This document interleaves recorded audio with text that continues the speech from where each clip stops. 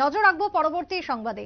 Lok Sabha vote যত এগিয়ে আসছে ততই এক প্রকার এক দলের শক্তি বৃদ্ধি এবং অন্য দলের শক্তি ক্ষয় হচ্ছে। তবে শান্তির বাজারে আজকে লোকসভা ভোটকে সামনে রেখে বিশেষ আয়োজন এবং আজকের এই জনসভাতে যোগদান সভারও আয়োজন করা হয়। তবে ছত্তরের শান্তির বাজার মণ্ডলের অন্তর্গত পতিচুরি এডিসি ভিলেজের মুসলিম পাড়ায় 5 নম্বর বুথে হাজার বিবির বাড়িতে উঠান সভার আয়োজন। এই উঠান সভার মধ্যে 5 পরিবারের 20 জন ভোটার যোগ দিলেন পদ্ম শিবিরে। তবে নবাগতদের হাতে বরণ করে দেন পতাকা তুলে শান্তির বাজার মণ্ডল সাধারণ সম্পাদক মম্বু মগ, রাজ্য কমিটির সদস্য থেকে শুরু করে আইপিএফটি নেতৃত্ব উপস্থিত ছিলেন আজকের উঠান সভা বা যোগদান সভার মধ্যে। শাসক দলের শক্তি বৃদ্ধি, লোকসভা ভোট এগিয়ে আসছে, তার আগে আগামীকালকে রয়েছে প্রধানমন্ত্রী রাজ্য সফর। সব মিলিয়ে যথেষ্ট উন্মাদনা, যথেষ্ট উৎসাহ পরিলক্ষিত বিজেপির অন্দরে। কি বক্তব্য শান্তির বাজার থেকে উঠে এসেছে শুনুন।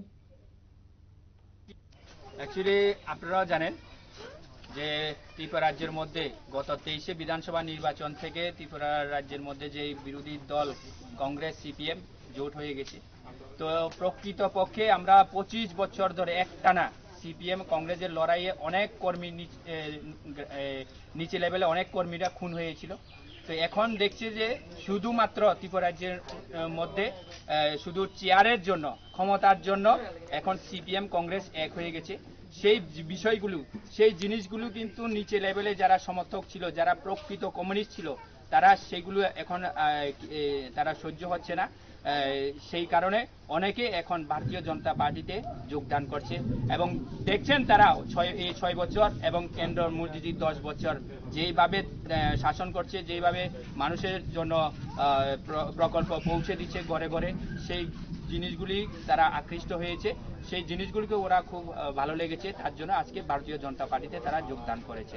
তো আমরা ভারতীয় জনতা পার্টির পক্ষ থেকে যারা আজকে যারা এসছেন তাদেরকে আমরা স্বাগত জানাই ছত্রিশ শান্তিবাজার মণ্ডলের পক্ষ থেকে। তো আশা করি আরো 2 দিন বাকি আছে, 2 দিন আগামীকালকার খবর প্রচার শেষ হবে। এর মধ্যেই আমরা আজকে প্রায় আজকে এবং আগামীকালকের মধ্যে আরো অনেকে যোগদান করার জন্য আমাদের সঙ্গে যোগাযোগ হয়েছে। তারা যোগদান দেওয়ার জন্য তারা প্রস্তুত হয়েছে। কত পরিবারের কত ভোটার? আজকে এই পতিচুরি মুসলিম পাড়াতে 5 পরিবারে 20 ভোটার আজকে ভারতীয় জনতা পার্টিতে যোগদান করেছে। Thank you.